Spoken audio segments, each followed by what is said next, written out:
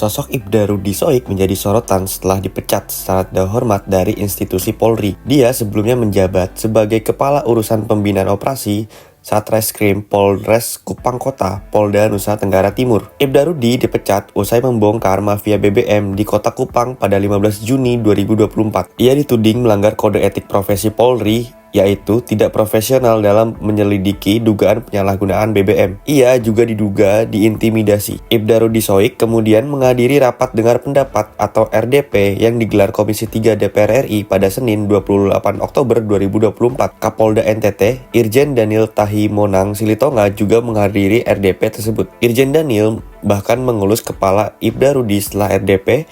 Irjen Daniel menyebut Ibda Rudi sebagai anak yang harus dia jaga. Berikan informasi yang baik terhadap itu apa BPO maupun BBM tadi. Kamu kalau mau langsung ke saya, ya. Jadi itu yang saya inginkan dari kamu. Jadi kamu jangan lari kemana. Ada saya bapakmu. Itu yang Kak bilang berselesaikanlah bapak dan anak supaya kami yang masih. Makanya saya bilang tadi Ibu Pendeta ya, anak ayam ini tergantung di tangan dia mati atau hidup. Tapi saya mesti ketemu Kapolda karena ini masalah dari BPO. Harus. Kasus 11 tahun masa. Sampaikan kepada saya. Nanti saya mau ketemu dengan Bupati dari BPO. Ya gitu ya, Rudi ya. Kamu tetap anak saya. Ya. Nah? Dalam kesempatan itu, Irjen Daniel Silitonga menyebut Ibda Rudi Soik tidak diintimidasi. Namun, Ibda Rudi dijemput paksa karena tidak memenuhi panggilan saat penyelidikan dugaan pelanggaran etik.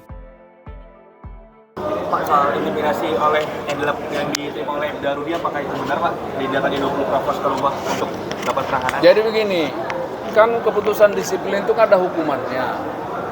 Dan hukuman-hukuman ini belum dilaksanakan.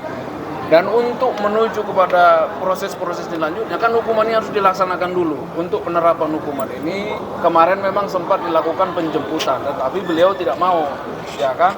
Maka dilanjutkan sidang yang lain, kan begitu. Nah kalau maksud saya, apa yang saya maksud itu tergantung pada dia. Kalau dia melaksanakan sebenarnya hukuman awal, maka hukuman selanjutnya tidak terjadi. Itu sebenarnya. Sementara itu, Ibda Rudi Soik menyebut Irjen Daniel Silitonga sebagai orang yang baik. Namun, Ibda Rudi menduga Irjen Daniel telah mendapatkan informasi yang salah soal kasus yang menyeretnya. Jadi baik, saya yang pertama tuh saya minta terima kasih bisa berada di Komisi 3 biar semua itu terbuka secara terang. Dan situ kan yang saya inginkan kan Kapolda punya komitmen akan memberantas masalah BBM dan masalah TPPO biar jelas di situ. Terus memang ada beberapa pernyataan yang sebenarnya saya mau klarifikasi tapi memang ruang itu tertutup. Mungkin Bapak Kapolda ini orang baik, hanya takut informasi yang sampai ke beliau itu tidak benar. Contohnya, saya kasih contoh yang paling konkret yang tadi beliau memulai dengan awal bahwa saya katakan dalam proses sidang itu Tuhan pun saya lawan, itu tidak pernah saya bicara. Artinya ketika beliau sudah menyampaikan ke publik, saya berpendapat bahwa itu informasi yang tidak benar sampai ke Bapak Kapolda. Poinnya seperti itu. Lalu memang ada informasi saya tidak tahu dari anggota Dewan siapa, katanya saya bermain minyak di tahun 2008-2009. Kan itu juga hal yang tidak benar. Saya takut ini informasi-informasi yang disesatkan. Tapi tadi poin yang Pak Kapolda sampaikan, dia memegang kepala saya, beliau katakan bahwa dia masih menganggap saya ini anaknya. Ya kita lihat sidang banding, seperti apa, pokoknya saya ikhlas saja. Apapun sidang bandingnya saya ikhlas. Kira-kira seperti itu. Berarti intinya ini abang masih berstatus sebagai anggota Polri ya? Belum terkena TDH atau gimana Pak? Untuk status abang tadi sendiri? pengakuan Pak Kapolda ya, saya masih anggota Polri, masih anggota saya, masih anak saya, kira-kira seperti itu. Di sisi lain, anggota DPR RI fraksi Gerindra yang juga keponakan Presiden Prabowo Subianto, Rahayu Saraswati, mengaku mendengar langsung dari Ibda Rudi soal dugaan intimidasi tersebut. Saras menyebut Ibda Rudi dijemput paksa oleh 20 anggota Provos di hadapan istri dan anak-anaknya. Saya sudah melaporkan tentunya hari ini juga bahwa saya sedang melakukan uh, menghadiri RDP di Komisi 3. Saya terus akan menyuarakan. Saya sudah tadi juga bicara dengan pihak Polri. Mereka sudah menyatakan akan menindaklanjuti.